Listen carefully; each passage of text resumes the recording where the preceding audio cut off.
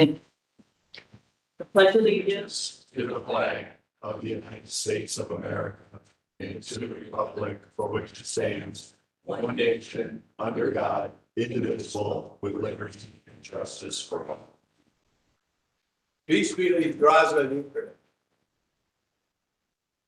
roll call, Madam Secretary. First District, David Ham. Here. Second District, Ronald Brewer. Here. Third District, Charlie Brown. Here. Fourth District, Pete Wendemulder. Present. Fifth District, Christine Sid. Here. Sixth District, Ted Buskey. Here. Seventh District, Randy Niemeyer. Present. Okay, we have a quorum. The minutes I'll entertain a motion to approve the minutes. Motion to approve the minutes of July 8th. Second. Motion's been made and seconded. Discussion. All in favor signify by aye. Aye. Opposed? Motion passes 7-0. Awards and resolution, Councilman Brewer. Madam President, I have a resolution 25-41, a resolution proclaiming August as National Immunization Awareness Month. Whereas the month of August is National Immunization Awareness Month, an annual observation highlighting the importance of vaccination for people of all ages. Immunization protects the health of residents, their families, and the community through decreasing the risk of contracting disease and decreasing severity of symptoms. And whereas the Lake County Health Department worked diligently to ensure residents have access to the important vaccination through events like the August 2nd Community Health and Resource Fair, where individuals were able to receive necessary back-to-school vaccinations, among others. And whereas the Lake County Health Department, through various means of works, educate people about vaccination and the CDC approved vaccination schedule, and to ensure that vaccinations are available to the community. And whereas the Lake County Council acknowledged August as National Immunization Awareness Month and encouraged Lake County residents to receive immunization to improve their health and safety. Now therefore let it be resolved as the following: that the Lake County Council proclaim August as National Immunization Awareness Month to highlight the importance of immunization, pays in keeping families and community healthy. So resolved on 12th day of August 2025. President Christine Sid, Councilman David Ham, Councilman Randy Niemeyer, Councilman Pete Wendemulder, Councilman Charlie Brown, Councilman Ron Brewer, and Councilman Ted Buskey, all members of the Lake County Council. Thank you. There was a motion and a second. Any discussion? Dr. Vavilala, do you have anything you would like to add to immunization? Speak on immunization? Good morning, everyone. Good morning. I'm Dr. Babilala, Lake County Health Officer. Thank you very much. We truly appreciate the childhood vaccinations as well as adult vaccination as a pivotal, or it's a very, very important health benefit for everyone. And a lot of these vaccinations, we understand that there has been some concern regarding the COVID vaccine, but outside of that, the rest of the vaccinations in terms of the MMR, in terms of the smallpox, and then the hepatitis vaccinations, and then the vaccinations for polio have been extremely helpful in terms of reduction of disease and spread of disease, as well as disability. We actually invited our board member, Dr. Cynthia Hess. She's a pediatrician, and the childhood immunizations is her expertise, and we would love for her to share a few words regarding her experience with immunizations, please. Thank you very much. Welcome, everyone. Immunizations are the cornerstone of public health, and they contribute to our overall well-being by preventing and controlling diseases around us. In essence, immunizations are a safe and effective way in protecting individuals and communities from many preventable diseases and keeping us overall safe.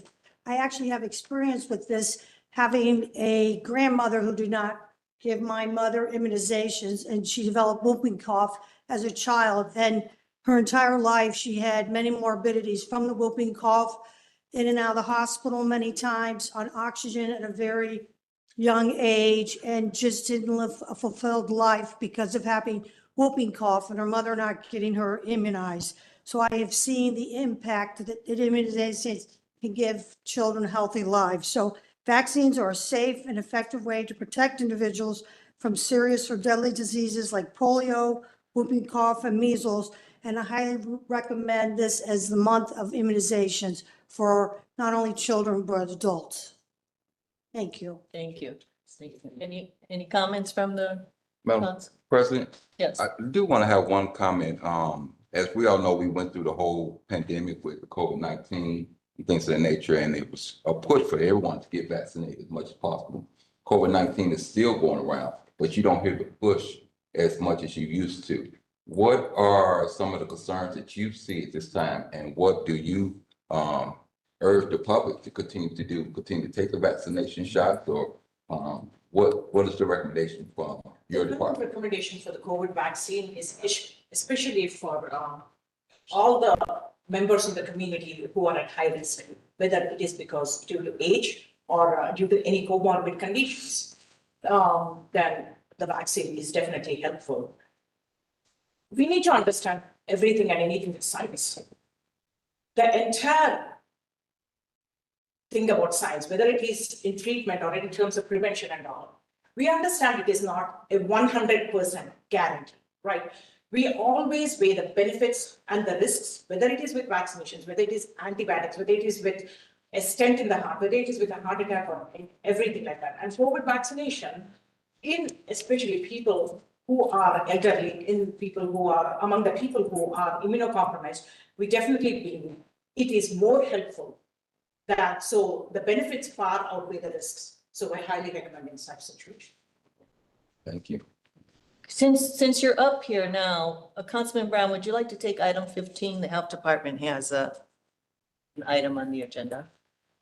Who seconded the resolution? They have four. Oh, no, we didn't vote on the resolution. I'm sorry. Oh, I'm sorry. Yes, any other Second. comments? The Okay. resolution. Okay, all in favor, signify by aye. Aye. Opposed, motion passed 7-1. Okay, now item 15. Yes, Madam President, the Health Department has a request to create a new line item for health and maintenance fund, 1153, to create a line 61280 for seasonal employees and 63210 freight and express. I so move. Second. Motion's been made and seconded. Discussion. Roll call, please. Brewer, Yes. Brown, Yes. Linda Mulder, Yes. Bldg, Yes. Neemeyer. Yes. Sid. Yes, motion passes 7-0. There's also a request to transfer the health maintenance fund 1153 from line 64490 of equipment to 61280 seasonal employees and 63210 freight and express for a total of 29,200. So moved. Second. Motion's been made and seconded. Discussion. All in favor signify by aye. Aye. Opposed. Motion passes 7-0. Thank you. Thirdly, there's Oh. a grant application and grant approval for the Grant Oversight Committee. There's a Public Health Emergency Preparedness Cooperation Agreement Grant. Oh, second. I so moved. I second. Motion's been made and seconded. Discussion. All in favor signify by aye. Aye. Opposed. Motion passes 7-0. Right, thank you. All right, back to the agenda. Lake County Auditor. Oh, acknowledgements and awards. We did have some acknowledgements. Just we want to acknowledge that we had a successful Lake County Fair. I hope everybody was able to attend. I know I gained a few pounds that weekend. And want to announce that the Lake County Government Complex will be closed on Monday, September 1st in observance of Labor Day. We'd like to take this opportunity to recognize all our employees and their hard work and the year-round residents and serving our residents year-round. So thank you. Anyone else have anything they'd like to mention? Okay. Lake County Auditor. Dan? I move to approve an ordinance establishing the Employee Benefit Health Insurance Fund as non-reverting fund. Second. Motion's been made and seconded. I'll let Dan explain it as he did in study session. Okay, Dan. Yeah, this is just a fund that we need to create so that we can account for the activity in our health benefits properly and according to the 2022 audit where we had a write-up on it. So it's one of the things that we need to get corrected. So mainly just for accounting purposes so that we can kind of bucket things correctly on our. Had to do it, the computer changes, correct? Yeah, and there was some misunderstanding and some different things because of the way Oracle functions versus the Right. old system also. So yeah. So we're not amending anything in the health insurance. No, yeah, just I really just want to point out. bucketing things differently, and accounting for them more accurately. Any further discussion?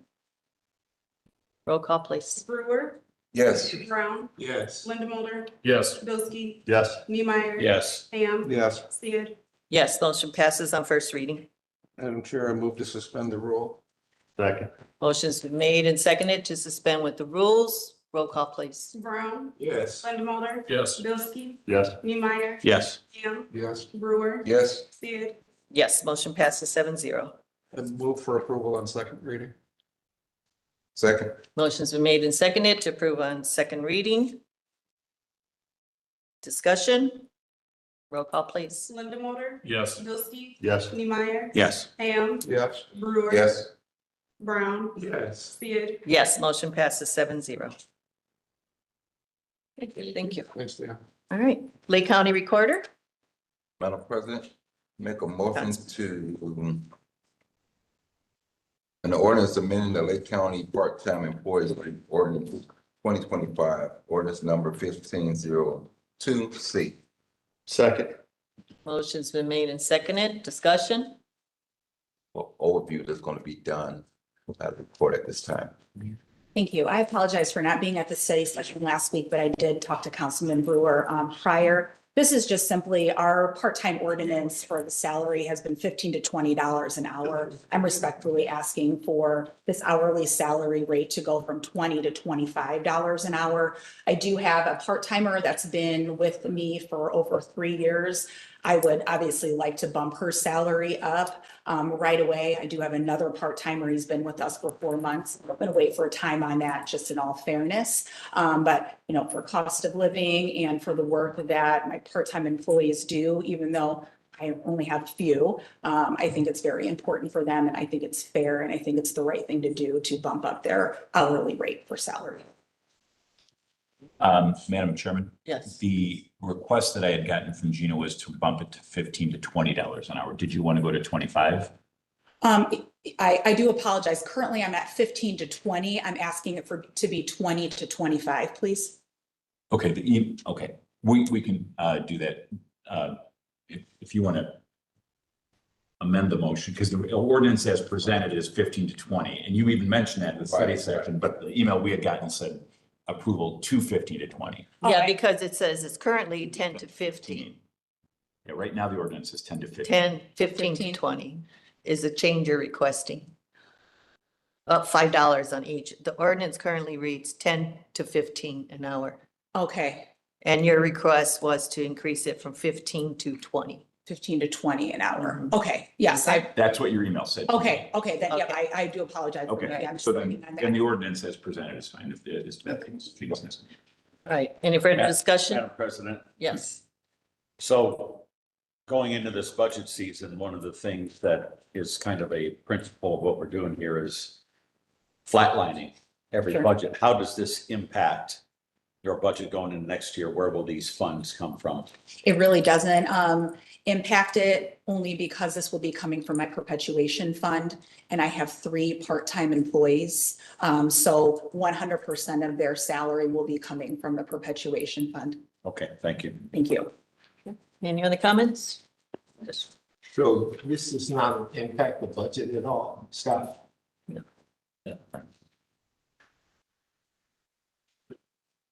And there are only 3 employees that are impacted. There will be one of them, I will move her salary up since she's been with us for 3 years. So that will be the one person that would be moving up. You know, when and if this ordinance is approved, Councilman. The other 2 not at this time, only because of how long that they've been working in my office. One more question, Madam Chair. Yes. With your perpetuation fund, you have a lot of different expenses that come out of there. Yes. Will you manage an internal budget for that? Is there something you put together prior to the beginning of the year, since the council really doesn't have direct oversight of a fund like that? Yes, Do you do something internally? I do. I also speak a lot with Scott and Larry as far as budgeting all of the projects that my office does, because everything comes from the perpetuation fund, doesn't come from the general fund and taxpayer money. So yes, I do talk to Scott, I do talk to Larry about budgeting, about payment plans, and just to ensure that the projects being done, we are able to completely pay for. And it's the same thing as far as the part-time ordinance for the salaries. So yes, we can afford that. And we do, and I, budget ahead of time for that as well. Speak to Councilman Brewer about that when we talked about the budget. And, it was something that we could definitely do with the amount of money that I have in that fund. Okay, thank you. Thank you. And if I may, $10 from every document that's reported at the recorder's office goes into the perpetuation fund. We record at minimum 90,000 documents a year. So It's a healthy fund. we're doing okay, hence the reason why, I don't ask for anything more out of the general fund, and we are able to pay for all of the projects that we do internally. Right. Any further discussion? How is it that these funds are not overseen by the county council? I mean, what, is this something traditional? There's a statutory allowance for the record perpetuation fund. And it also sets out the things that Gina can spend it on. And Scott will tell you too, it's a very healthy fund. How many other agencies or departments have some kind of outside fund that does not come through the council? Many.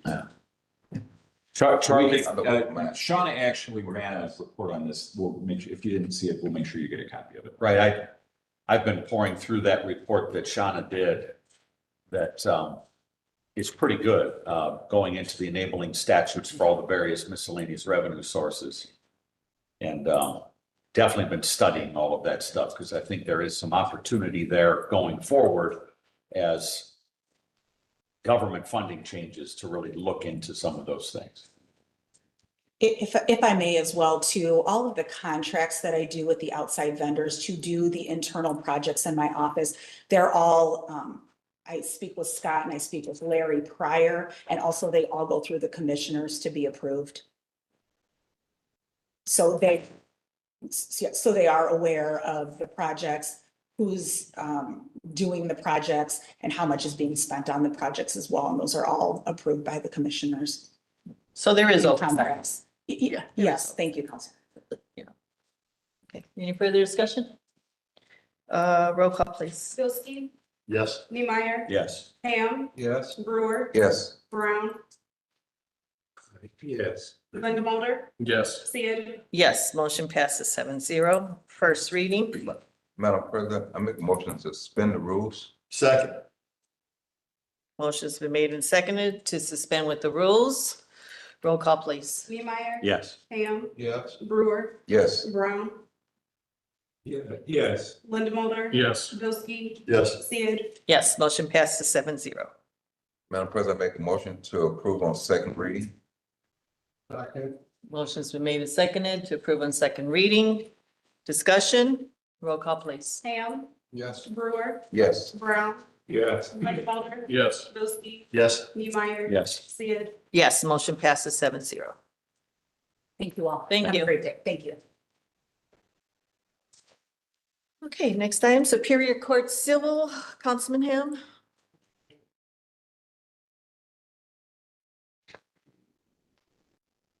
I'm chair for approval of an appropriation in Department 3001, Adult Guardianship Services Grant Fund 9371 for 63190 other professional services in the amount of $1,000. Second. Motion's been made in second. Discussion? Madam Chair, Joy, they had applied for $75,000 grant. They received, oh, there you are, 76,000. You want to take them? And so this is just the extra $1,000 that we're appropriating from the grant. And I wanted to add to it, at the study session, you asked how many adults that this program supports. And I reached out to Franciscan and they got back to me and told me that they have an average of at-risk adults annually of 91 that they serve. And currently this year, as of July of 2025, they're at 71. So 71. it looks like they're on course to surpass the 91 average. Okay, thank you for that. Appreciate it. All right, any further discussion? Roll call, please. Brewer, Yes. Brown, Yes. Linda Yes. Bilski, Yes. Neemeyer. Yes. Ham, Yes. Sid. Yes, motion passes 7-0. Thank you very much. Thank you, thank you. Juvenile Court? Good morning. Morning. Madam Chair, first Yes, in Councilman Department 4005, I move for approval of an appropriation in a juvenile behavioral health competitive grant pilot program fund 9351. 61290 supplemental 5,000, 61320 FICA deduction $382.50. 61330 perf deduction $710. And finally, 63195 contractual services, 86,400 for a total appropriation of $92,492.50. Second. Motion's been made and seconded. Discussion? You want to? It's a 2-year grant. It's for Dr. Curtis, who's our psychiatric evaluation on the kids that are detained for us. Okay. Did you ever get, inquire as to how you determine the supplemental pay amount? Yeah, they talk about how much paperwork has to be done, whether it's going to be, if there's a state report, bills or whatever, so they kind of do it that way. All right, And they divvy it up. So all the different bookkeepers, so everybody gets a shot. okay, so this isn't for one person, it's several works will receive This, part of that. no, Oh. this here for what's next is for the supplemental pay down below, right, for this 9350. Oh, yeah, it's for one person. Okay, Right. thank you. Yeah. All right. Okay, any further discussion? Roll call, please. Brown, Yes. Linda Yes. Bilski, Yes. Neemeyer. Yes. Ham, Yes. Brewer, Yes. Sid. Yes, motion passes 7-0. Madam Chair, I move for revised 144 in Fund 9351, effective July 1st of this year. 39002 supplemental in the amount of $5,000 for total revised 144, $5,000. Second. Motion's been made and seconded. Discussion? Roll call, please. Linda Yes. Bilski, Yes. Neemeyer. Yes. Ham, Yes. Brewer. Yes. Brown, Yes. Sid. Yes, motion passes 7-0. Move for approval of a revised 144 in Fund 9130, effective 4/1/25. 39002 supplemental proposed at $2,250 for total revised 144 of same amount. Second. Motion's been made and seconded. Discussion? Why is this, Tim, why is this going back to This earlier in the year. is a different grant. This is a high-risk outreach program grant that we have for the kids with minor gun charges. And so this is just strictly for the person that's gonna do the state reports and pay the bills and stuff. I think the question is why is it being retroactive all the way back to April? I'd have to check.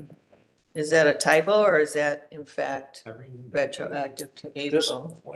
this was brought before, and I can't remember how. What does your letter say? The delay, but I can get that for you, that information. Okay, any further discussion? Roll call, please. Bildg, Yes. Neemeyer, Yes. Ham, Yes. Brewer, Yes. Brown, Yes. Lindamotor. Yes. Sid, Yes, motion passes 7-0. Okay, thank you. Juvenile court CASA, That sounds. Oh, wrong.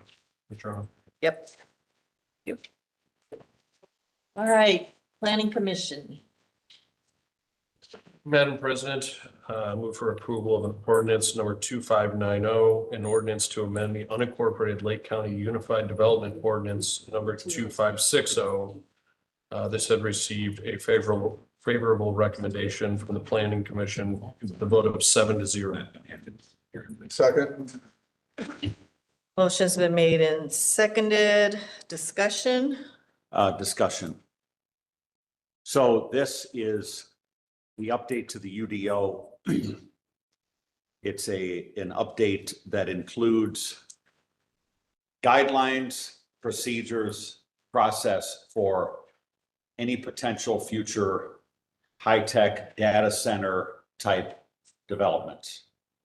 Now, this has gotten a ton of attention around the state of Indiana, really around the country, and rightfully so, because they are at times very intrusive developments if they're not done with the proper processes and policy in place.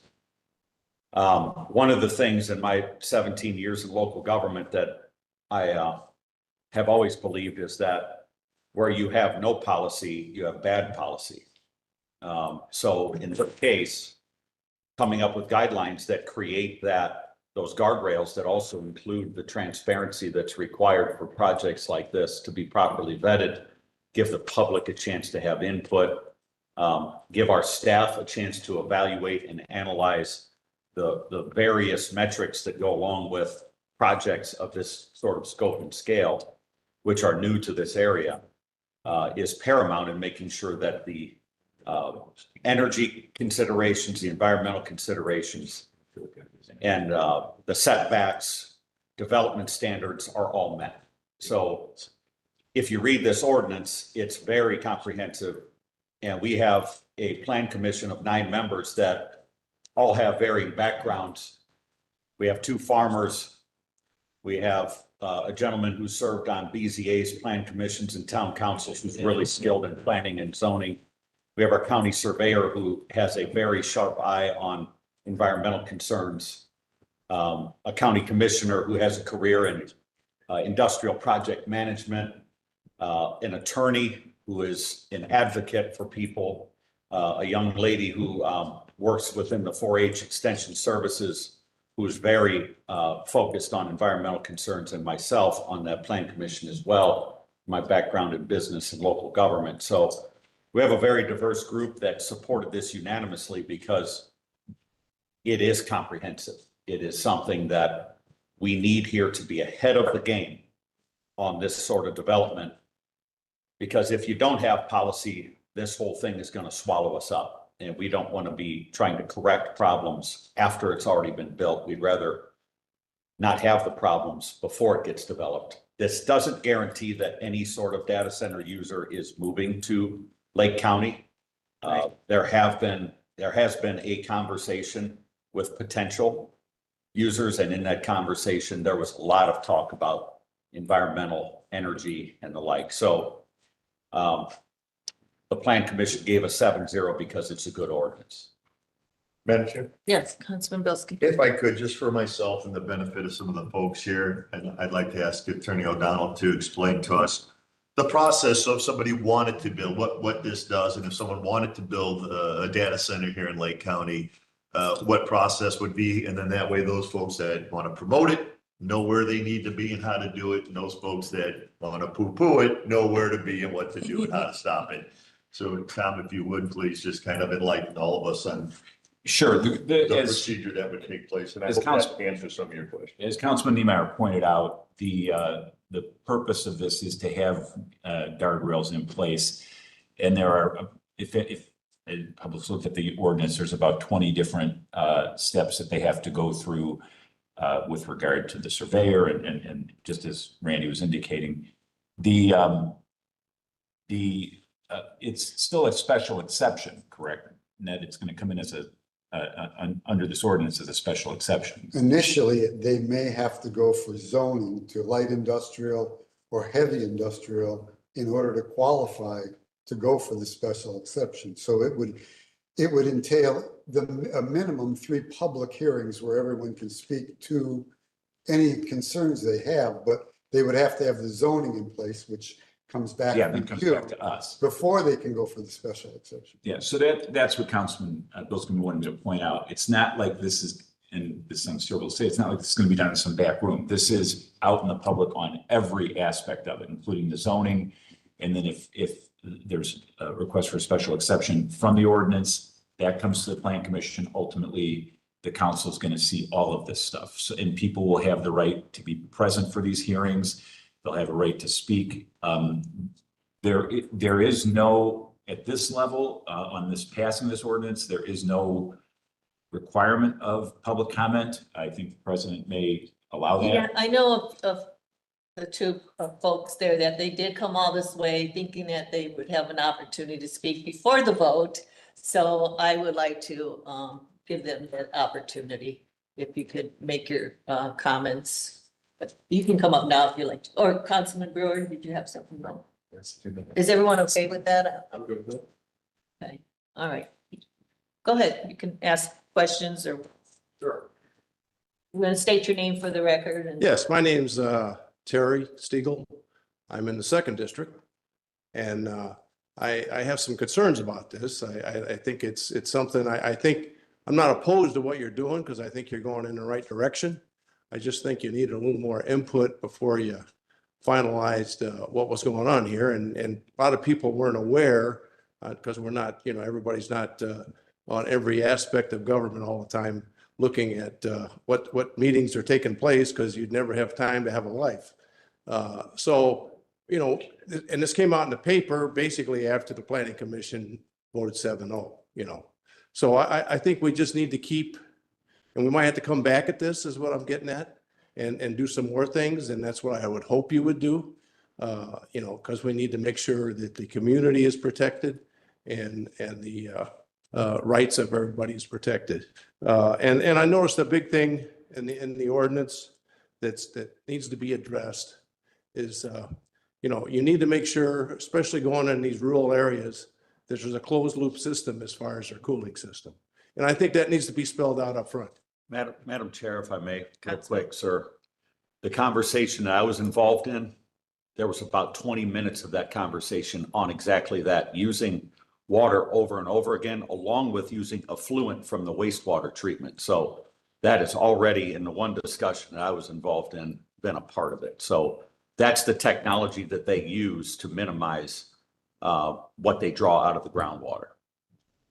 I guess it's, if you look at number 6, it's not clear in the ordinance that that's not the case is what I'm saying. So I'm just saying we need to make sure that loop system is part of the process and that we're not impacting, especially in the rural areas. And I'm sure you've all heard the discussions and people in Wheeler are concerned about their wells and all these things. Well, sir, it is in there that. Well, yeah, but number 6, it only talks about talk about discharge and disposed. It doesn't spell out the closed loop system. That's why we have public hearings. In addition to that, who knows if there's going to be, as fast as technology moves today, who knows if there's going to be another system that even uses less water, air cool, other things. So Yeah, and I mean, that's the reason we have public hearing. And to dovetail off what Ned said, when you have an ordinance like this that has language like that, when you're having discussions of use and special exceptions, it gives the governing body the ability to create conditions within the program that include that. So the ordinance creates discretion for government to dictate some of those guardrails. We just need to make sure that everybody's on the same page as far as what we're trying to do. Yep. And we need to make sure that the community understands where you're coming from and we're all on the same page working together. So, and the other thing you need to think about real bad, not bad, but you need to think about as far as these data centers is you need to look at the environmental aspect of it too. And, you know, when it comes to that, you need to make sure that on the outer perimeter, they're putting tree canopies. You know, they can do some things with native plants, pollinator gardens. So we got to start thinking about things because, you know, the environmental things are important too. So those are things, and I know there's some things in here about landscaping, but you need to keep those in mind. It's just not, you know, plant a couple trees and cut some grass, because the grass is not really helping our environment. The trees and the pollinator gardens and the rain gardens and things like that. And the rain gardens are good too, because if you plant them right, they help purify the water on site. So those are things we need to look at. And then the other aspect of this too is we need to look at is what's the priority in Lake County? You know, we have a steel industry also. And if the steel industry modernizes, they're going to need a lot of electricity. So who's going to take priority? And we need to have a countywide discussion about this because, you know, a data center, you have a handful of jobs. In the steel mills, you have thousands of jobs. So if we don't protect our steel industry and upgrade it technology-wise, we're not going to save those jobs, and we're not going to get to the point where we're not polluting like we're polluting the steel industry does now. They have to basically invest. And you know, Nippon said they were going to invest $1 billion in Gary Works. That's just a shutdown plan, okay? Because they need that pig iron off of that caster of the blast furnace to feed those plants down there in Arkansas. Well, that's not feeding us, because eventually they're going to put direct reduction iron furnaces down there in Arkansas, and guess what? They don't need Gary Works anymore. And when you shut down 4,000 acres over there and it becomes a wasteland, we got a problem, and you lose thousands of jobs. So we need to be pressuring Nippon. You need to invest $10 billion in Gary Works over the next 10 years is what we need to be telling them. And instead of just sitting back and letting them guide the show, because all it is a big show with them. And you guys are responsible for economic policy in Lake County. And this is part of economic policy. So we need to make sure that we're addressing that. And we need to get all the stakeholders involved and start talking about this stuff. You know, because Cleveland Cliffs was trying to do some stuff to upgrade, and with the big beautiful bill, they just backed out all of it. And that's really done a lot of damage to our community as far as the environmental upgrades and also the impact it's going to have on our health industry. So we need to make sure we're talking to all the stakeholders and we're pushing the right stuff. And the steel industry needs to have a priority for electricity in this county. So if you would please acknowledge this. And I know you guys are suffering with SB1 from the state, all these cuts from that. So we got to start speaking up and letting people know what we need to do to be successful in the future, working together. Whether you're Republican or Democrat, we got to work together. We got to stop this divisiveness. We got to do what's right for the community and the people in the future. Thank you. Thank you. Madam Chair, one thing quickly, U.S. Steel's not getting any benefit from me. I'll tell you, they've killed people out there. They treat their employees. I'm not a big fan. So they've gotten huge tax break. They don't pay their fair share. I'm not concerned. When they start paying their fair share, they start living to the agreements that they made with the workers there, and we're coming up on the brink of Labor Day. And you start to think about the way these corporations, BP, Amazon, they treat their staff and their workers. There's food for thought, man. Yeah, it's all about profit. It's all about profit. Thank you. My name is Carolyn McCready. I live in the 1st District in Gary. There's so many things to be concerned about with these data centers, but I'd like to speak specifically about the electrical vampires that they are. And we know this from the experience that people all around the country have had.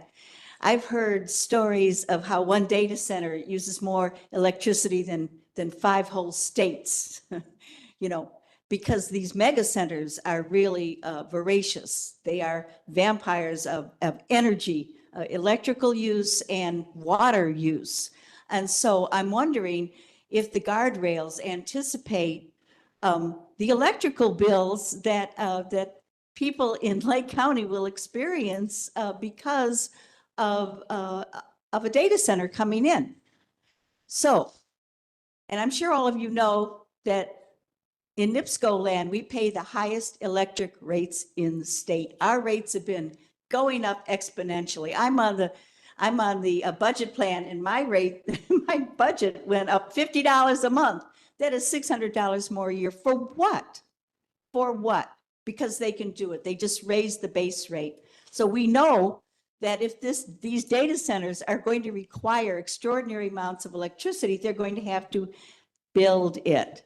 And right now, NIPSCO is trying to put together an unregulated energy company called GenCo. What I mean by unregulated is they won't have to ask the IURC for permission to do whatever they're doing. They also want to build what they call the assets, and that is the generating facilities to come up with the supply of electricity that data centers would need throughout the state. Now, the IURC has not agreed to this yet, and hopefully they won't. But what if they do? Then what are we going to do? And what are you going to tell your constituents about their electric bills? So I think a guardrail here, I'm not sure, I just found out about this yesterday when I read it in the paper. I'm not sure what it says about energy, and I'm not picking on NIPSCO specifically, but they're a big player in this. We talk about stakeholders, but guess what? If they build 6 new assets or energy plants to produce the electricity so this corporate entity can make lots of money but not bring jobs and also not pay taxes, there's a state law that says they don't have to pay the state sales tax on their property, which would let them off the hook for over $1 billion. In any case, our bills will go up because if they have created new assets to create more energy sources, they can put that into the rate base. We know that, right? And when they put it into the rate base, all the customers pay. But we also know that residential customers pay more than commercial and more than industrial. So that means our bills as residential consumers are going to go up exponentially. This thing is a disaster waiting to happen. And I agree with Terry. I'm glad that the council is being proactive. But I think that there's a little bit of head in the sand about this issue of energy. And we need to keep a close eye on what NIPSCO is doing, because if they get the IURC to agree to this, they will be the whole ball game. They'll go out and they'll create new assets, and they say, well, yes, we're going to look at all forms of energy, renewables and that sort of thing. No, they're not. They're going to create assets that rely on fossil fuels. And that is where the pollution comes in. New sites of pollution. That's all we need in Lake County. Gary, Hammond, East Chicago are already environmental justice centers. That means we're already inundated with pollution. And these data centers are the most frightening thing outside of the Trump administration, Trump regime, that I have seen in a very, very long time. They will kill us. They will kill us financially. And this is about corporate greed. That's it. And serving what? Microsoft and data centers and AI? And AI. We don't know where this is going. No, absolutely not. But, we don't know where all this is going. So being proactive is really kind of a delicate way of putting it. It's really going to be a dance to the finish. And we need to be prepared. These people are not playing with us. They haven't been. It's about money. It's about greed. It's about corporate power. And we need to understand that. Thank you. Thank you. Thank you. Madam Chair. Yes, Councilman. Within the ordinance, it does include provisions of the facility's commitment to renewable energy sources such as wind, solar, and other renewable energy sources. So it's part of the ordinance, but I've heard these pleas from people. This is why, as a plan commissioner, I felt like it was important for us to get in front of it. Because again, without the policy, everything reverts to state law, case law, precedent.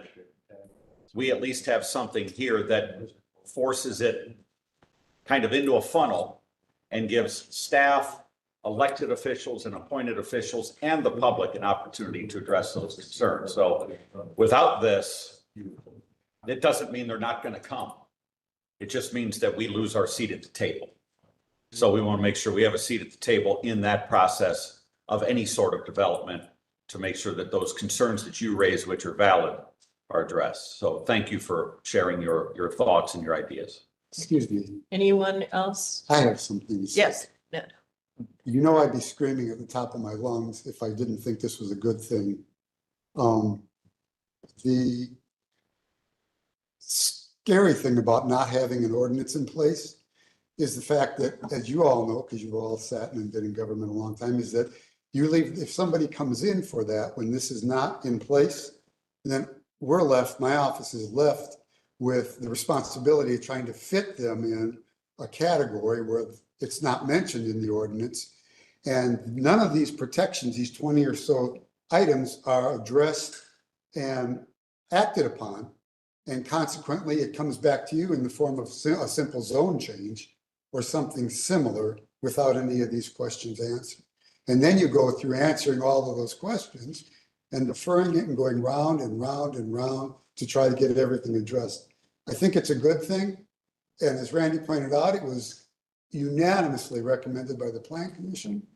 And if you remember the solar ordinance and other ordinances, if I don't like it, despite the Plan Commission's approval, I'd be talking to each one of you individually to tell you I don't like it. I think it's a good thing. I think we need to put it in place. You're the legislative body. If there's something in it you don't like, you can always change it or amend it, and we could go through that process. And I agree with the gentleman, but maybe some other things are needed. But it would be nice to have something in place so that we have a starting point to go forward.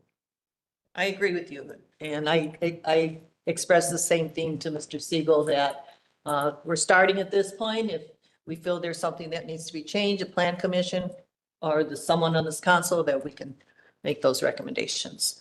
And just reminding everybody, this is not a vote in favor or against data centers. It's just in favor of approving the ordinance, putting those guardrails in place. Okay, no further discussion. Roll call, please. Niemeyer, Yes. Ham, Yes. Brewer, Yes. Brown, Yes. Lindemulder, Yes. Bilski, Yes. Sid, Yes, motion passes on first reading 7-0. And I'm assuming we're doing, we do it 2 readings. Madam President, move to suspend with the rules.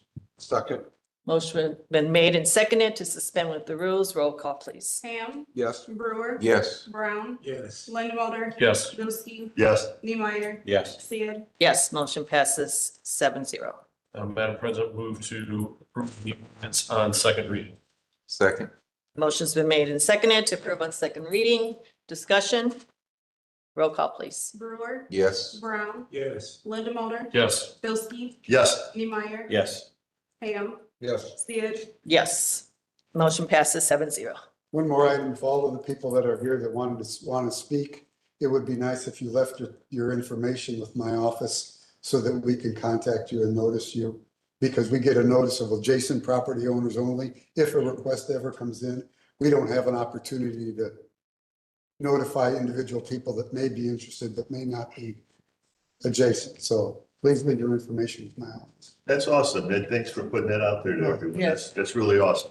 And Carrie, do we put their meetings and their public hearings. We put that on our webs, on our Facebook page, or I know we do some, We stream everything now, so it's. yeah. Everything's streamed on the website now. Okay.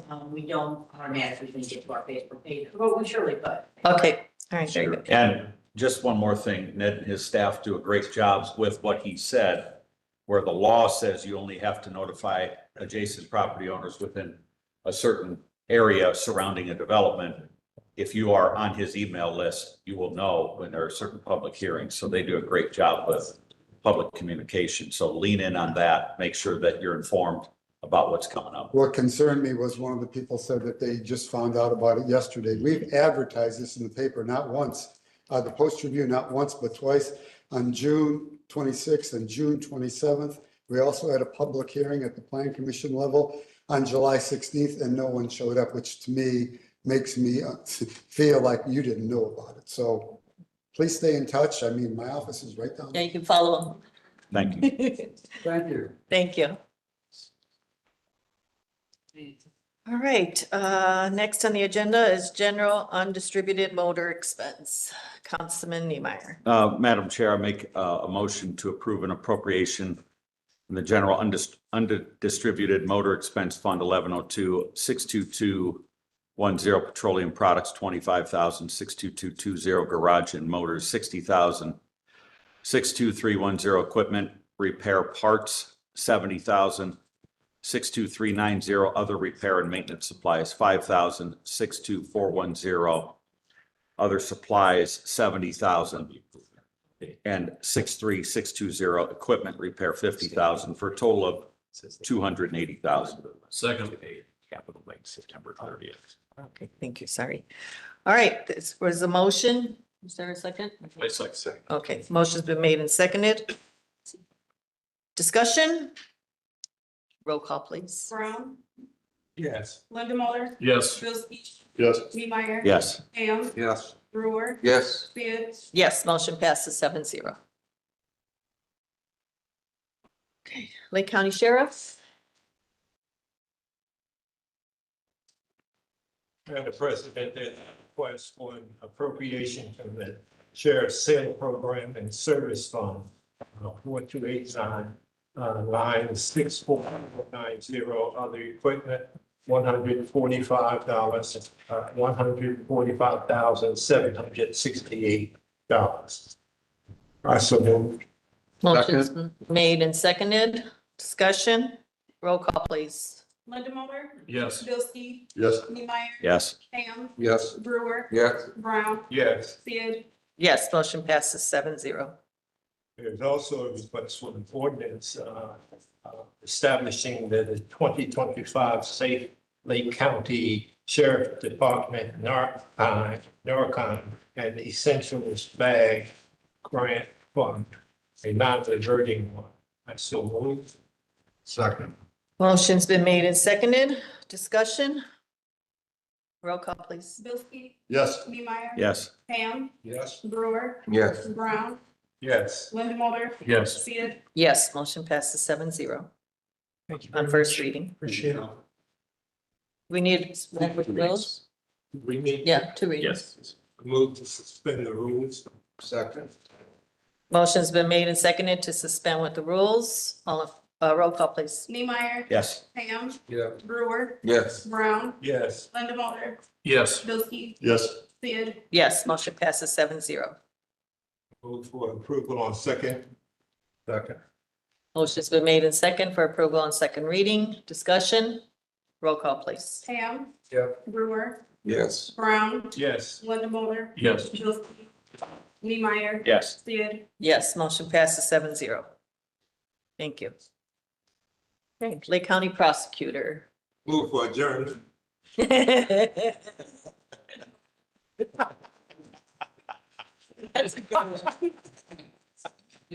Well timed, Charlie. I believe that motion takes precedence. It wasn't, there wasn't a second. Thankfully, no second. Yeah, need a second. All right. All right. Here, here. I guess hearing no second. Hearing no second, the motion dies. Yeah. Councilman Linda Mulder. Madam President, move to approve an ordinance creating the Lake County Prosecutors Careful Carter Gun Safety Literacy Grant Fund and non-reverting fund. Second. Motion's been made and seconded. Discussion? Roll call, please. Brewer, Yes. Brown, Yes. Linda Mulder, Yes. Bldg, Yes. Neemeyer. Yes. Ham, Yes. Sid, Yes, motion passes 7-0. First reading. Madam President, move to suspend with the rules. Second. Motion's been made and seconded to suspend with the rules. Roll call, please. Linda Mulder, Yes. Bldg, Yes. Neemeyer. Yes. Ham, Yes. Brewer. Yes. Brown, Is the prosecutor in the building? Yes, I saw him going into a meeting when I was coming up. A meeting more important. I think it was with the sheriff, since he wasn't here either. Sheriff, give us the bonus. Jake, I think you're making it deeper. Right. I know. Oh. Brown, Yes. Sid, Yes, motion passes 7-0 for suspension, second reading, suspension. Madam President, move to approve the ordinance on second reading. Second. Motion's been made and seconded for approval on second reading. Discussion? Roll call, please. Bldg, Yes. Neemeyer. Yes. Ham, Yes. Brewer, Yes. Brown, Yes. Linda Mulder. Yes. Sid, Yes, motion passes 7-0. Thank you. Thank you. Community corrections. Madam President, move to approve a grant application and grant approval for the Legacy Foundation Team Building Grant. It's a new grant application. Second. Motion's been made and seconded. Discussion? All in favor signify by aye. Aye. Opposed, sign. Motion passes 7-0. Madam President, move to approve an ordinance establishing the Lake County Community Corrections Department's Legacy Foundation Team Building Grant Fund and non-reverting fund. Second. Motion's been made and seconded. Discussion?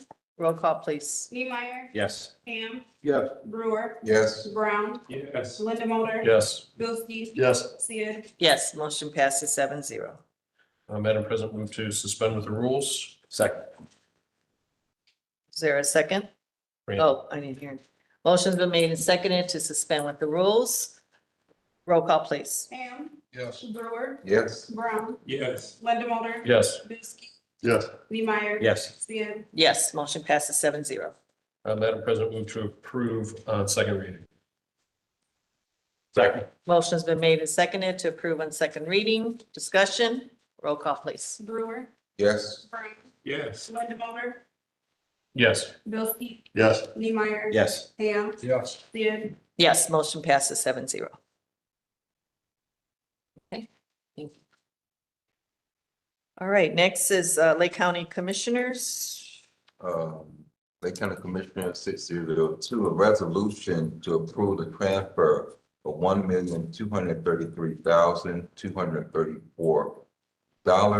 $1,233,234.25 from the seated fund, fund number 4012, to Lake County Roads and Bridges Matching Grant Fund, fund number 9440, Department 7007. Second. Motion's been made and seconded. Discussion? All in favor signify by aye. Aye. Opposed? Motion passes 7-0. All right. County Council, non-binding review. Councilman Ham. Um, I'm sorry. okay, as far as procedure goes, We need, first of all, we need a motion to open review. that's personal. Yeah. I make a motion to Yes, open GG. review. Second. Motion's been made and seconded to open review. Discussion? All in favor signify by aye. Aye. Opposed? Motion passes. Chair, number two, I'm gonna read the statute into the minutes.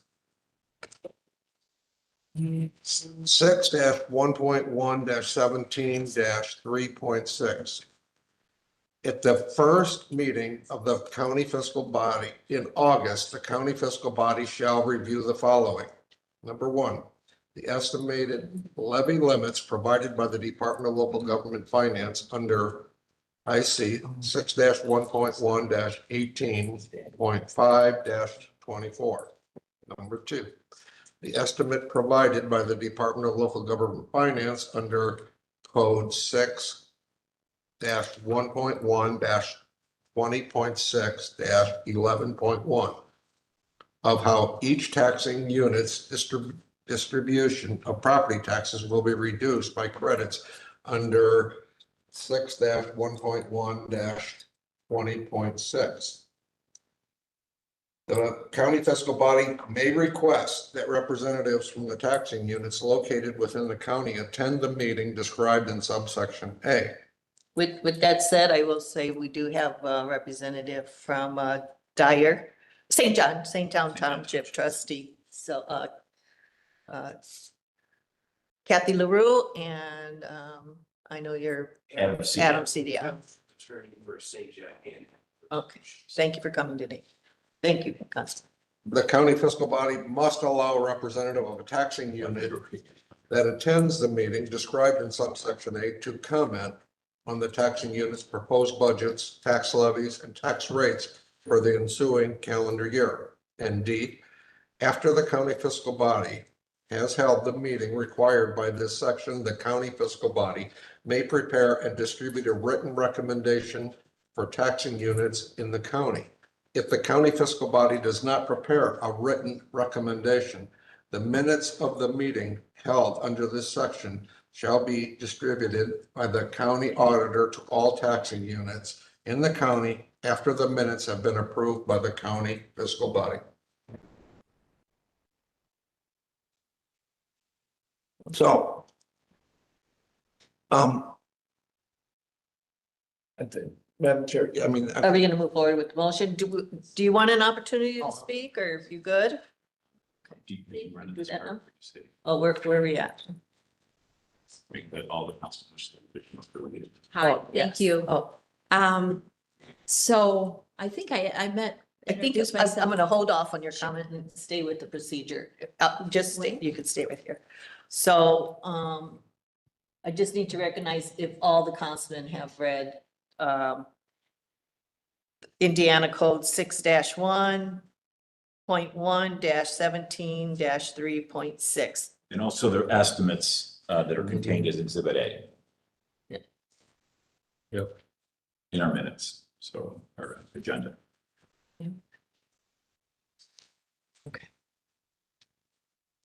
Okay, now you can speak. I'm sorry. Thank you. Thank you. So I think I've introduced myself to everyone, but Mr. Brown, I'm Kathy LaRue. I'm the St. John Township trustee. Before you today is our capital improvement plan based on the House Bill 1461.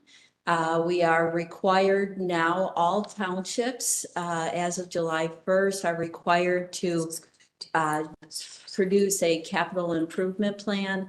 I'm going to let Attorney Cedia, who is a township attorney, explain why you're seeing a few from the county, from trustees' offices. It's since it's new, there's confusion as far as should it be going to the county or not, based on Attorney Cedia. It is to go before the county council for a non-binding review. So one of the things I do want to explain, this is statute states that it has to be at your August meeting. That's very difficult for trustees for townships because none of us can start our budget season until July 1st. And that's when we have to look back at the previous 6 months of our expenditures. And then we have a meeting with DLGF and that didn't start till the last week of July and it goes into August. And they are not required to give us our property tax cap credits, that dollar amount, until July 31st.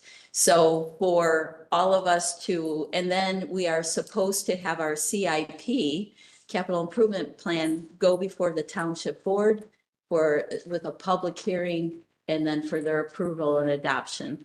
The plan you have before us was before our township board. We did not have time for me to do the budget and the CIP and to do a public hearing. So they have acknowledged it as a matter of record and will be voting on that at the end of the month. But I think Attorney Cedia can explain a little bit again, like why we are here.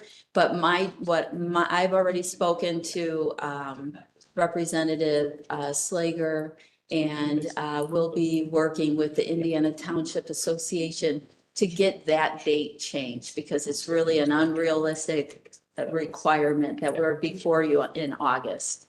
So I don't know if you have any questions. Like I said, I'm gonna let Attorney Cedia just speak to this just a little bit, and then we're here for any questions. You did a good job. There's not much I can add. Other than that, the requirement for the CIP used to be limited to only certain townships with a specified growth rate. I think it was 150%. It was made applicable to all townships in the last session. And what you have before you is what happens when they pass statutes without realizing what's on the books already. So every township, including ours and then Hanover Township, had to scramble and get this before you by the statutory August meeting deadline. So what you have before you is our best guess estimate for the CIP moving forward, which, unless it's amended later, will be going to the LGF by the end of September. Either of us can answer any questions you have about this. Was it voted on by the Lake County representatives in the Senate and the House? Yes. Yes, well, now it's HEA 1461, but it's a House Bill 1461, which is the road funding bill. And they're looking for townships now, whatever money that is not budgeted for the next year or is not earmarked in our rainy day fund for a specific project, 30% of what is not marked or accounted for has to go to roads now. We had to create a road and infrastructure fund, and the two unrestricted funds that they are looking to take the money from the townships from are our rainy day and our general. And that is why we have to do a CIP to show we're accounting for the money.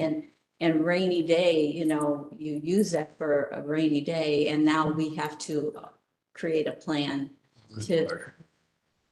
Wow, crazy. Last state of Indiana, turn the lights off, right?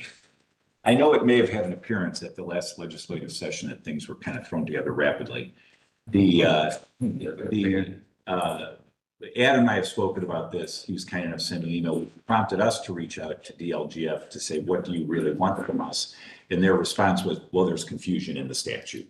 Because the purpose of this non-binding part today is usually about just the tax levies. Are the levies, approved by DLGF, and then we say, yes, they look good to us, and that's our non-binding resolution. This capital improvement plan then talks about having to be submitted to the county council. I think it says September 30th, which would give them actually time. And that's why DLGF says, hey, sorry, yeah, those statutes are in conflict. And that's what caused some confusion with Adam and me and the DLGF. But the stuff we're doing today is really more geared towards the levies as opposed to the capital improvement plan. But Adam, I think, was right to say, hey, if it's confusing, we might as well do both. Yeah, the consequences are we don't get our levy if we don't comply with the statute. So we want to make extra sure everything is really before you. And I think part of the confusion is if you go to the state statute, the Indiana codes that refer to the plan, capital improvement plan, you'll see all the changes in the different subsections about what was put in from this latest bill. Like I said, HEA 1461. But if you look at one of the codes, which was Indiana Code 36-6-9-11, relating to the plan, it says, county fiscal body consideration of plan in reviewing township budget. A plan shall be considered by the county fiscal body in reviewing the township fund budget under, and then it refers to what the Indiana code you're talking about right now, which then refers us to your August meeting. And this was updated in 2019 and it was never changed. So if you look at the code based on the plan, it refers us to August. The other thing is September 30th, there's new legislation that states if we don't get the CIP to DLGF by September 30th, we will not get our levy, as Adam said, for the next year. But that has nothing to do with us presenting our CIP to the county council. We think. Well, so our argument is, right, we've got Indiana code, we have to follow the code. And this is kind of a belt and suspenders. Yes. Exactly. But this only has an impact on St. John, no other township in Lake County. No, Every township. every township. So you all are representing all of the township? No, sir. So I am here on behalf of, I'm the St. John Township trustee. I'm not here on behalf of St. John Township. Attorney Cedia represents our township as well as Hanover Township. We followed our council's advice to get this to you by August. Because of the confusion, there's confusion across the board. And as Mr. O'Donnell stated, even with DLGF, I had my budget meeting with DLGF already, and she could not speak to this either. So there's so much confusion that we took at face value the Indiana codes and said, we're sending you our CIP and you can do what you feel you need to do with it. But all the other townships and trustees, again, there's confusion. And even across the board, even with the Indiana Township Association, everyone involved in this. So they may be looking at the September 30th date or whatever, but yeah. And the other question is, some of them are even saying, I don't even think we need to send it to county. So. Okay. Any further discussion? So, Madam President, Yes. I do have some concerns that we have other townships that's not before us, and if this is an issue, that township should come before this body. Do you think it will be, just suggesting that we may hold a special meeting and reach out to those other townships to give them that opportunity to come here? Well, if it's a chance that they may lose their levy, I think it could be dramatic to get relief that they get. That's what Councilman Bldg was just talking to me about, because the problem is, as the trustee pointed out, statute references back to this statute, which says it has to happen at our first meeting in August, which is this one. So if either the ship has sailed, which we have gotten some townships that have turned in capital plans too, not just Hanover and St. John. But then again, there was the confusion from DLGF that, no, you don't really need to do that till September 30th, and you give it to them, to DLGF. So I don't think, I'm hopeful that for the townships that they won't take that aggressive of a stance. But you don't know. They have general assembly once more. We need to send representatives downstate that will not confuse us in the issue at all. So can we have a representative from this body meet with the members of the General Assembly to get things straightened out? And as I said, I did speak with Representative Slager because he is the representative in my district. And so he's aware of this. And I actually had sent him, some information. And so I'll work with him and as well as the Indiana Township Association that works with the trustees. And anyway, so I am being active in this, but of course the council can do what you feel is right as well. I'll be meeting with, Slager as well as Andrade tomorrow, so, yeah, well, I'll mention it. Okay, we need to read. where Thank we at? you. Thank you. Thank you, Kathy. Any public comment? Anybody from the public wish to speak on this issue? Got one hand, see you laugh. So- Any public comment?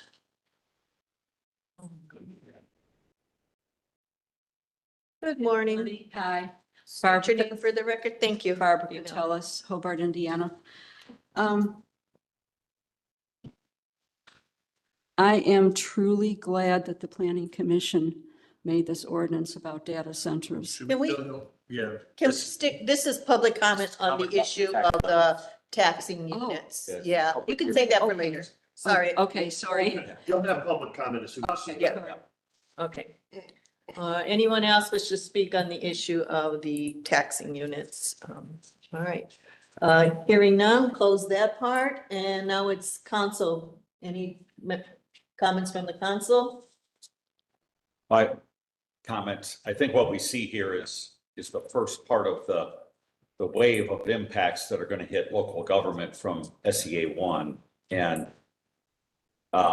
that also kind of goes into the things that have been presented here in these meetings on what we can do internally to help lessen it low. So I hope that as we review this stuff, we learn more, we see what that ripple effect looks like, that we are action oriented here to, as Charlie explained, meet with our local legislators, have a very active role in ongoing discussions, but also the things we can take action on here need to be acted on. So that's, we have certain things we can and can't control, and we need to focus on the things we can. Thank you. Okay, any other council member wish to comment? Madam Chairman, if there are no other comments and no recommendations, then the chair should ask for a motion to close the review, and then Jasmine will send those minutes to all the taxing units. Okay. I'll entertain a motion to close the review. So motion to close the review. Is there a second? Second. Motion's been made and seconded. Close the review. Any further discussion? All in favor signify by aye. Aye. Opposed? Motion passes. Thank you. Madam Chair? Yes, Councilman Yeah, Ham. notes. Is it the president's pleasure to direct the auditor to distribute to all taxing units minutes of the review after they have been approved? Yes, it is. Thank you. Thank you. All right, we have a discussion item on the agenda. Madam President, this is what was presented at the study session on Thursday, Lake County Government Efficiency Committee. So hopefully you all have had time and have taken the time to review this. It's something that I worked on in conjunction with our financial director, Scott Schmall, as putting some action items behind things that we need to work on internally to lower our dependency on the property tax levy while identifying those other areas of funding that come through the county that can be used operationally to reduce our levy dependency by up to 20% and allow us the opportunity at the end of this to also consider an income tax reduction. So these are the kind of general purposes outlined in this. It also puts into play some measurables and timelines to achieve some of these goals. Listening to a number of taxing units in Lake County since SEA 1's adoption, I've made my way around to a lot of places, and politics outside of this, everybody's confused, right? Because there is a good deal of unknowns in this. People are worried, and rightfully so, about the essential services of local government, i.e. police and fire and township. That's one of their main functions, is fire protection and ambulance service.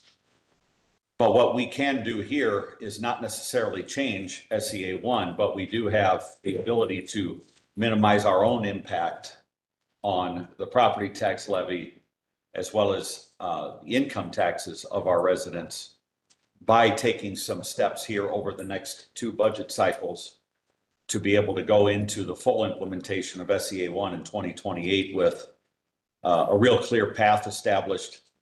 And at the council study session, Dave brought up some concerns, and I can say that one of the things that is lacking on the federal side, as you brought up, is the actual participation of elected officials in the process of identifying and correcting processes where the opportunity lies.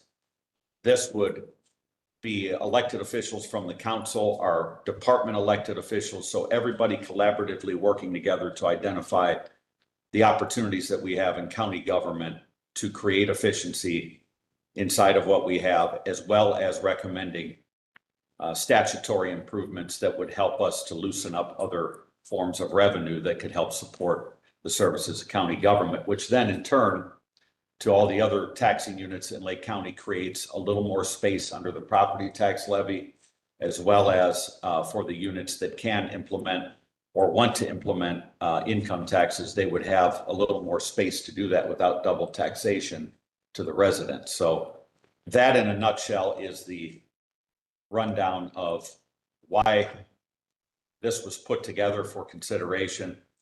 And I don't think that the council can afford to move slowly in this process simply because the time will go by very, very quickly as we reach towards 2027, which is the pivotal year for the 2028 budget. So I would hope that the council would consider passage of this. And Madam Chair, I'd like to make a motion to adopt this committee. Second. Motion's been made in second discussion. I do have a few words I'd like to say. Senate Bill 1 is a big, ugly bill.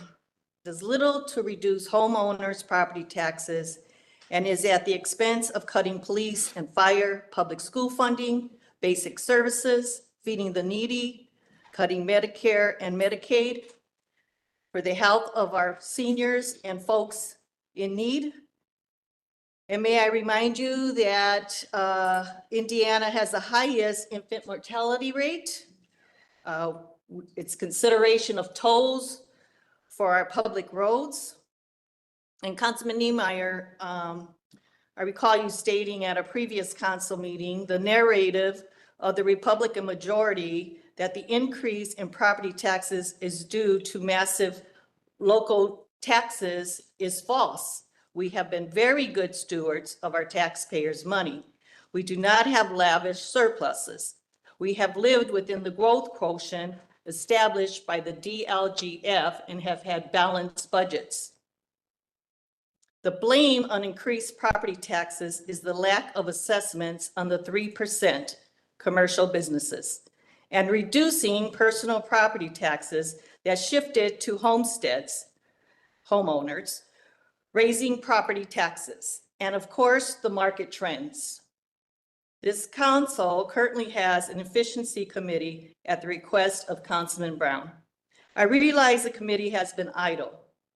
That is due to the fiscal responsibility of this council and the guidance of our financial director, Scott Schmall, working with departments in understanding the budget process.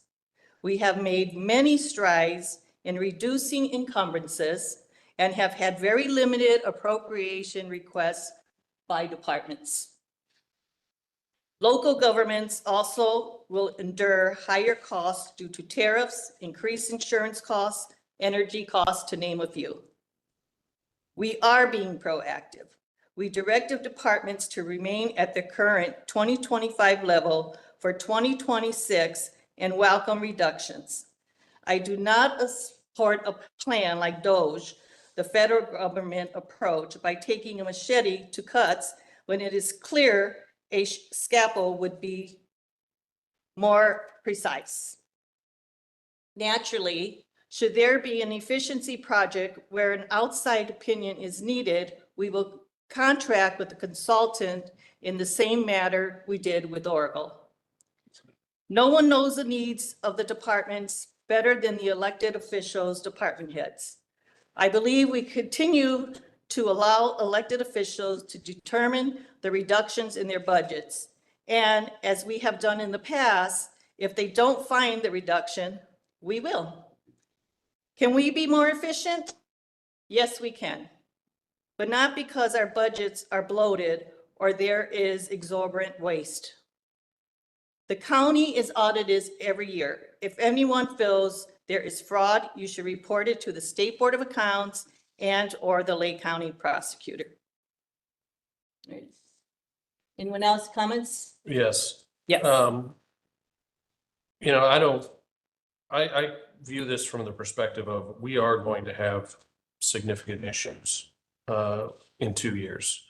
When we look at the budget, as revenue is going to dry up and something's going to have to happen. I view this as an opportunity to collaboratively work with the departments to try to get ahead of the issues that we're going to have. In the absence of something like this, 2 years from now, we're going to be left with no option other than to potentially just cut, and I think this gives us the 2 years to talk about, those revenue shortfalls and how that's going to affect the departments. Whether we have this discussion collaboratively now or have this discussion where we just have to cut things in 2 years, I mean, I think this is the better way to get ahead of it, in my opinion. Okay. Anyone else? It's just terrible, Madam Chair. I disagree with this. I think I've been here for quite a long time, as long as you and I are probably the longest serving members in the council. And we've been through this. We've been through this when the state unfairly froze our levy and we had to make huge cuts. We lost. We've always sat up here. We've all had a problem with the 1%, 2%, and 3%. Explain it to me. I've asked, well, why 1%? Why 2%? They don't have an answer. No one does. It's just they arbitrarily picked the number out. They've given huge tax breaks, taxing obsolescence for industrial. U.S. Steel, BP, Amoco receive $60 million a year to produce low sulfur fuel that creates just as much emission as regular sulfur. So you know what my answer is no, I can't support this. I understand what direction you're going in, Councilman Niemeyer. I apologize I couldn't be here for the study session. I was really under the weather. But the state, you can't go in my backyard, light my shed on fire, then grab my garden hose, put it out, and expect me to thank you for putting out my fire on my shed. And that's kind of how I feel like they're doing to me right now, because we've been through these and we're doing the right thing and we're moving forward. And I hope that maybe someone comes to their senses and puts these folks back in their place downstate, and we don't have to cross these, but there needs to be change. They need to realize that they're destroying our state. And that's all I have to say. Anyone else? I mean, and I guess my question would be if somebody's going to be opposed to this, in the absence of working collaboratively towards this with the other departments, in 2 years, if we do have a revenue shortfall, are we just at that point going to go, okay, well, we got to cut 20%, just slash it, or? Apparently that's all we're good. I mean, I'm sorry, but I don't. Wouldn't it be better? We do. Wouldn't it be better to have the discussion? Tells us we do. Wouldn't it be better to have this discussion now over the next 2 years than to all of a sudden get to the end and, well, okay, 20% of staff's cut, 20% of services is cut. I don't know. I think that this is my opinion. I don't think there's any discussion that's going to solve it, Pete. Okay. I really don't. I think we're going to get to that point. You're going to go 2 years from now, and if we're lucky, it's only 20%, but compiled with everything else, it's going to be a lot more. And in all honesty, folks, the folks in the state of Indiana have made a decision. This is what they wanted. They passed. They won. They put the people in charge. They want these cuts. So there it comes. So. And I'm not opposed to looking for more efficiency Never. within departments, and if, doing what's best for the taxpayers. I've always, have supported doing what's best for the taxpayers, and if we could decrease budgets to lessen the levy, that would be great. And we can still have we do have an efficiency committee and we can they can get back to work. It's just the way, this is written, I can't support the way it's written. I'm all for efficiency. So it's not so much that, yeah, it's bringing in outsiders. When, we've had the Kern and Shepherd report, we've had the Maximus report, and a lot of it to me was to their benefit and not so much the taxpayers, but their benefit. So. I think that Shepherd report, the way it was written, was drafted to simply sustain what they wanted to do. It wasn't a fair and equitable. I see a lot of elected officials in here. I'm sure, Mike, you went through that when that was here. It was bumped as well. All right, any further discussion? Roll call, please. Ham, No. Brewer, No. Brown, No. Linda Mulder, Yes. Bilski, No. Neemeyer, Yes. Sia, Yes, no, I'm sorry, no. Motion passes, motion fails, 5 no, 2 yes. All right, any other business? Public comment? I'm sorry. Yes, Before we begin with public comment. yes. I've been mulling over the recorder's request for increase. And I didn't know that other departments have these funds in which they control themselves.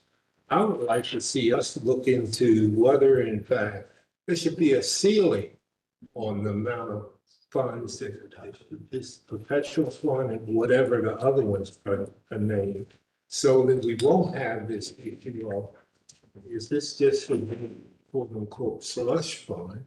And let us determine how much should be in these funds, rather than just allow that department to say, I have whatever. Well, the funds are derived from fees. So as long as folks are requesting copies of, documents and that, the funds are they're gonna be there. And they're non-reverting funds. Yeah. They're set up statutorily. And, there's, Justin, you're talking about infraction deferral funds. There's the surveyor's corner perpetuation fund. There's dozens and dozens of funds that are set by statute that it kind of pulls it out of our control, because that money has to sit in that fund. We were able to get some change to the statute about education for office, for elected officials. Right. And at least get some relief from that, because that fund had way too much money in it. And instead of being able to spend it the way it should have been, then that statute got changed. So that's what it literally requires, a statutory change. So it sounds like Charlie Brown for state rep again. I don't know. Madam Chair, Yes, Councilman. Charlie, speak to that. Under the failed committee attempt, under item 2 was expense shifting that would focus directly on that. So that is something that was a part of that proposal. Yeah, it was to determine which funds can be moved, which funds, what they can be used for. Yeah, and where they can't be. Yeah. moved, it's working with our legislative team from Lake County to help us create statutory revisions that would allow for some more flexibility.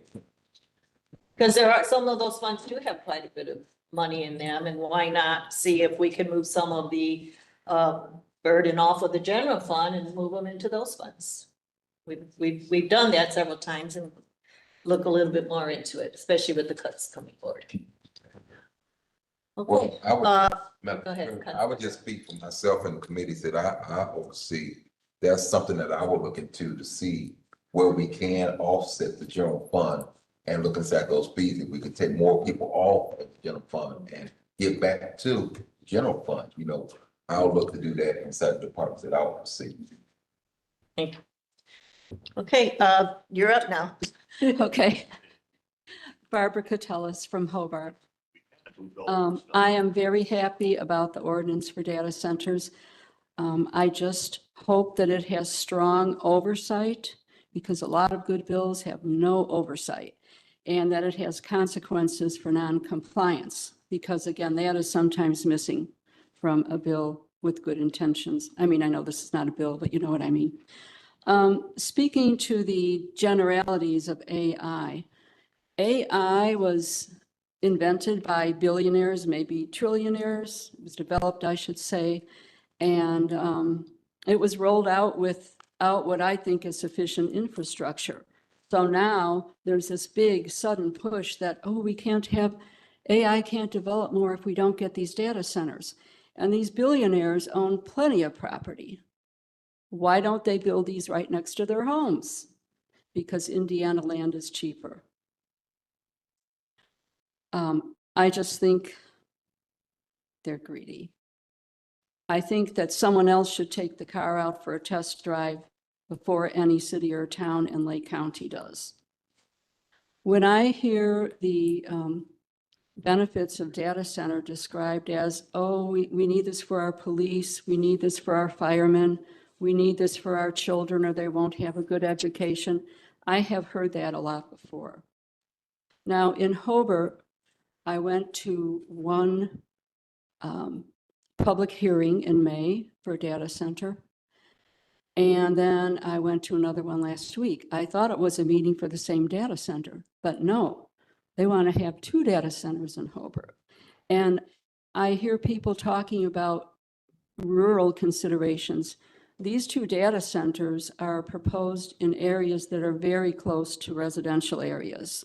In fact, one's right across the other side of 61st Avenue, down the street from where I live. Now, these data centers could prove to be good, or they could prove to be bad. I say, why don't we wait a while and let's see what happens. In data centers that have been in business for about 10 years or so, for instance, Loudoun County, that's the one that's always mentioned, there are complaints from people. One of the main complaints is that the money that is generated from that doesn't go back to the people. It's used by their politicians for existing programs or new programs.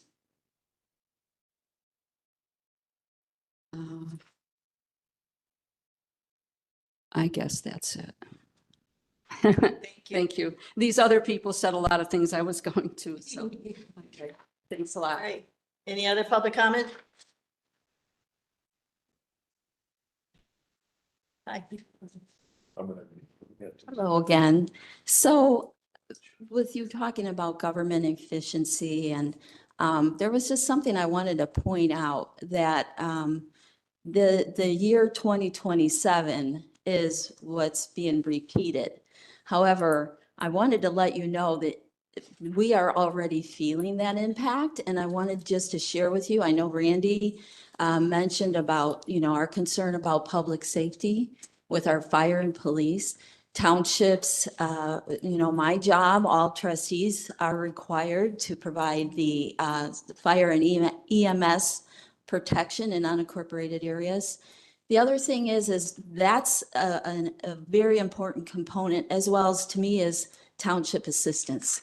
My staff, we work very hard, and this year so far in St. John Township have been able to stop 18 evictions.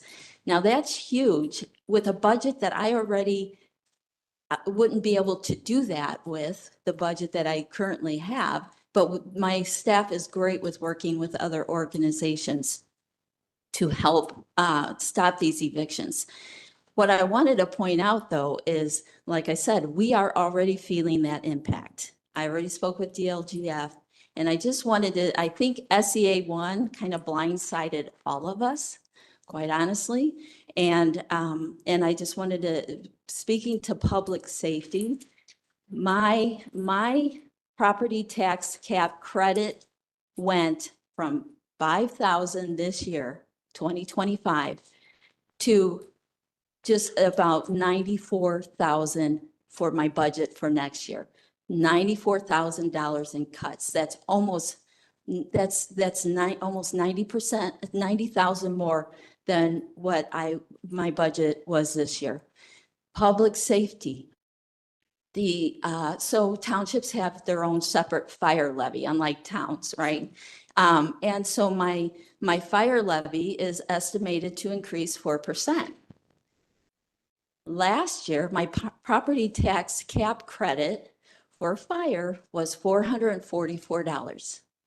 This year, it's $34,840 some dollars. That's over 7,000% deductions in fire. And then the rest of it goes to my township, and I had to make cuts in township assistance as well. And so I tell you that so you know it's already here.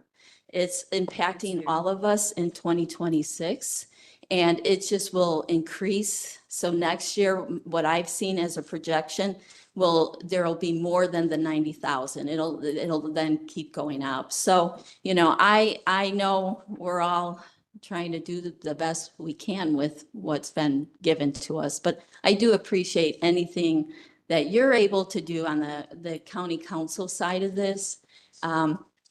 Unlike townships have no authority to increase any taxes or anything. So anyway, I just want to kind of give you a little insight about that. And I appreciate, like I said, anything that you're able to do on your level. So thank you. Madam Chair. Yes. Kathy, the reason I mentioned 2027 and 28, because 28 is the year of the full implementation of S1. So that's the year of the cliff, right? So everything we do between now and then, it's going to be impactful. We're already feeling the impact. Yes. But if we're not looking out to where that cliff is, then we will go off of it without a parachute. So yeah, the attention to this stuff is real. And the conversations I know you have with your board are how do we do this, right? How do we provide those basic services? So we're all grappling with that, but it doesn't minimize 2026 and 27. It's just looking out to that full implementation deadline in 28. See. Yeah. All right. Well, thank you. Yeah, we understand the concerns. All right, Terry. Yeah, Terry Stiegel, second district, and also retired steel worker, worked 41 years at Inwood Steel, now Cleveland Cliffs. And I think we need to recognize that it's an important industry to Lake County. And there's some things we need to do. I mean, they've got sins of the past, there's no doubt about it. You know, they got 100 years of pollution problems that, you know, where we've kind of polluted the air, the water, the land, and the people. And there's opportunities here. And what I want to speak to you about is the opportunity of green steel. Green steel is a process that cleans this whole mess up because you eliminate the coke plant, you eliminate the blast furnace, you eliminate the BOF. But we got to implement this technology, and it takes money. And, you know, these billionaires that want to do data centers, you know, they could do their fair share in helping invest in the steel industry too. And what we need for green steel, we need green hydrogen. And, you know, basically green hydrogen is there's no pollution. It's basically water and electricity, and we get hydrogen. And the steel mills need hydrogen to heat up the iron ore in the direct reduction iron furnaces to eliminate the pollution. And this is, you know, and it's a shame. I mean, at Cleveland Cliffs, they even built a hydrogen pipeline to the property line from the blast furnace, which would also help there by decreasing the pollution by 50%. So we have to realize that we need to go in this direction of green steel. We need the green hydrogen plant. We need to upgrade our steel mills with the direct reduction iron furnaces that eliminate all those other polluting entities.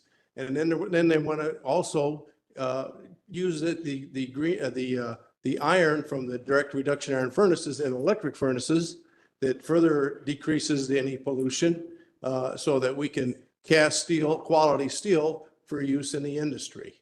So these are important things that we need to fight for, and we need to voice our opinions about this, because this is going to be our savior in Northwest Indiana.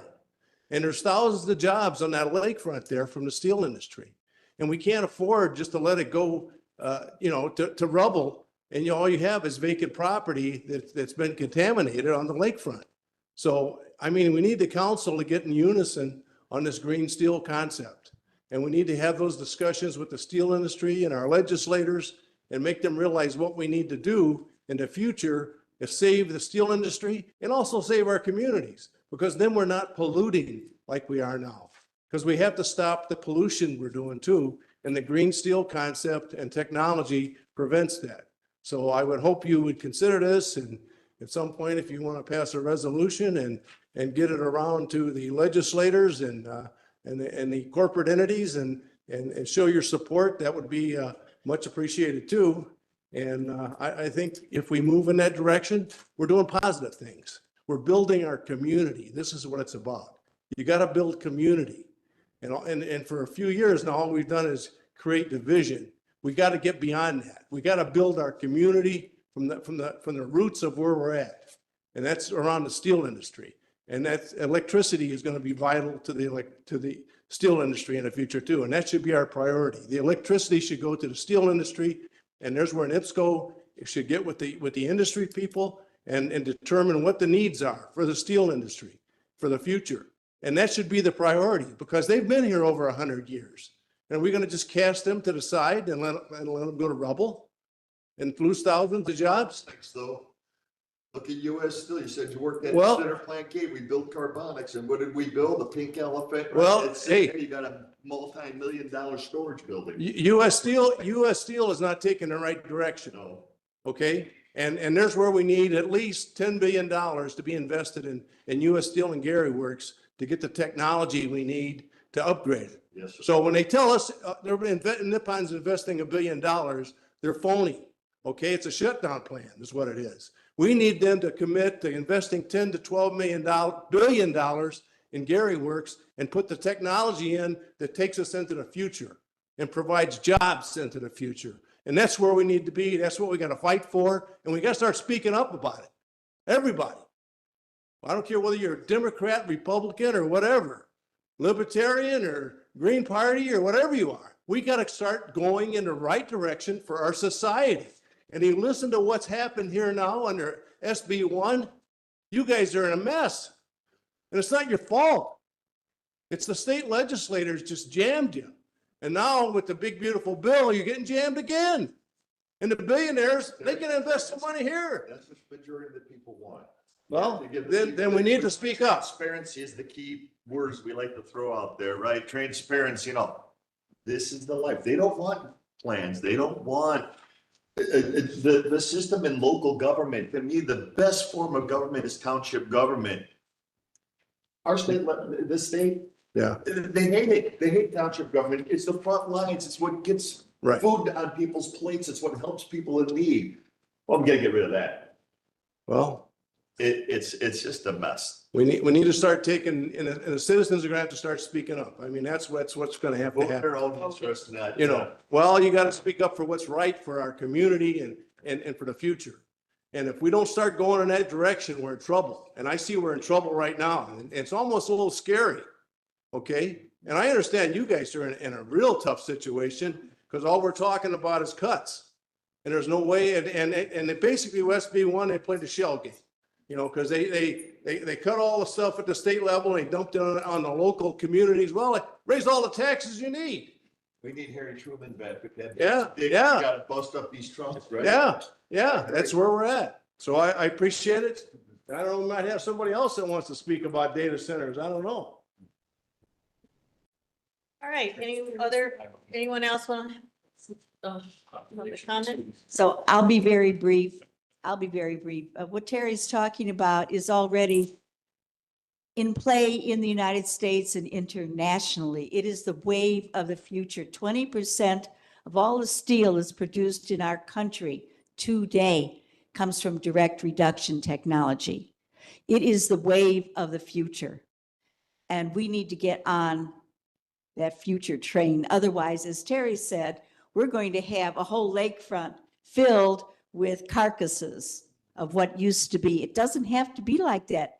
The light at the end of the tunnel is the modernization,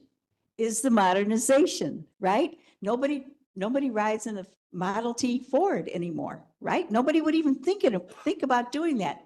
That's what the blast furnace is. It's obsolete technology.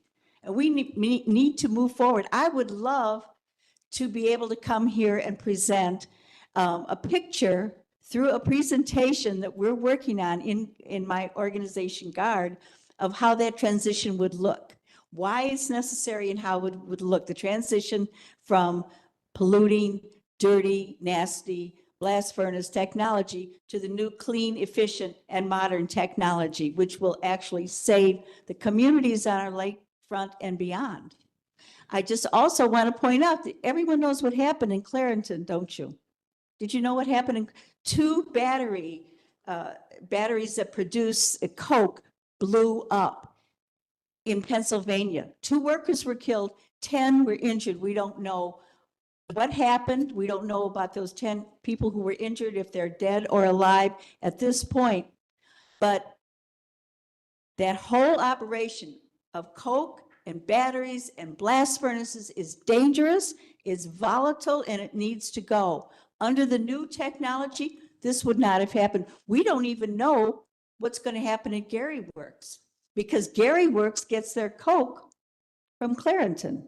And Clarington apparently has 13 battery operations. 2 of them have blown up. We don't know why. It's a very old plant. You know, it probably has to do with they never fixed anything because they didn't want to. U.S. Steel is not, as you say, Mr. Bldg, that, you know, they don't want to spend the money. They'd rather pay the fine. We know that about U.S. Steel. So in any case, we don't know why it happened, but it did happen. And let's see what happened. This may cause people to start thinking about, wait a minute, maybe we need to change the technology here so that we're not reliant. They did try. I'll give them credit. They did try in carbonics. I don't know if you're familiar with the carbonics project. That's synthetic coke. And that's what makes that efficient versus what you're speaking on. Yeah. Didn't work. Yeah. Well, this is a whole different technology.